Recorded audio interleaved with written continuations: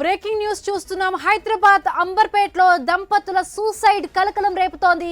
యూపీకి చెందిన ఆసియా, రాజస్థాన్కు చెందిన పవన్ 4 నెలల క్రితం ప్రేమ పెళ్లి చేసుకున్నారు. అయితే వారి పెళ్లికి పెద్దలు ఒప్పుకోలేదు.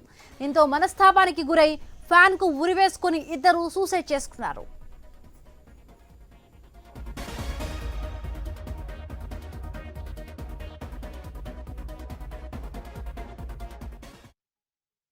హైదరాబాద్ అంబర్పేటలో దంపతుల సూసైడ్ కలకలం రేపుతోంది. యూపీకి చెందిన ఆసియా, రాజస్థాన్కు చెందిన పవన్ 4 నెలల క్రితం ప్రేమ పెళ్లి చేసుకున్నారు.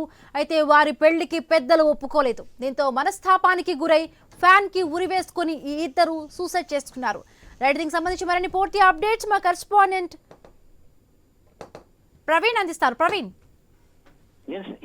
అయితే హైదరాబాద్ అంబర్పేట పోలీస్ స్టేషన్ పరిధిలోని లక్ష్మీనగర్ కాలనీ ఒకల భార్యాభర్తలు ఇద్దరు సూసైడ్ చేసుకున్న సంఘటన తీవ్ర దిగ్భ్రాంతికి గురి చేస్తుందని చెప్పాలి. అదేవిధంగా అయితే ఈ యూపీకి చెందినటువంటి ఆసియా, రాజస్థాన్ కు చెందినటువంటి పవన్ ఇద్దరు 4 నెలల క్రితమే వివాహం చేసుకున్నారు. ఈ వివాహానికి అయితే ఈ పవన్ వాళ్ళ కుటుంబ సభ్యుల ఇంట్లో ఇష్టం లేకపోవడం చేత తరచూ విభేదాలు వస్తుండేందుకు కూడా స్థానికులు చెప్తున్నారు. క్రమంలో కూడా వివాహం జరిగిన తర్వాత హైదరాబాద్ లక్ష్మీనగర్ లో వాళ్ళు నివాసం ఉంటున్నారు. నివాసం ఉంటున్న ప్రాంతం లోపలనే నిన్న పవన్ బయటికి వెళ్లి తిరిగి వచ్చే లోపలనే ఆసియా ఫ్యాన్ కు ఉరి వేసుకొని ఉండడం గమనించినటువంటి పవన్ మనస్తాపానికి గురై తను కూడా ఫ్యాన్ కు ఉరి వేసుకొని మృతి చెందడం జరిగింది.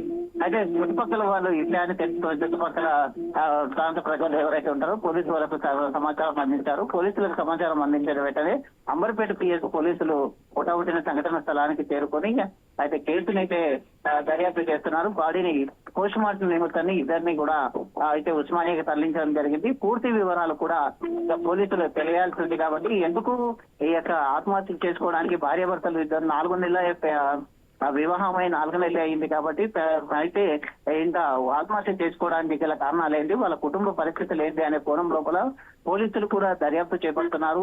అటు ఆసియా కుటుంబ సభ్యులకు కానీ, ఇటు పవన్ కుటుంబ సభ్యులకు కానీ అయితే పోలీసులు సమాచారం అందించారు. సమాచారం అందించిన వెంటనే ఇప్పుడు మొత్తం టోటల్ గా దర్యాప్తును అయితే కొనసాగిస్తున్నారు. Right, thank you Praveen, thanks for the updates.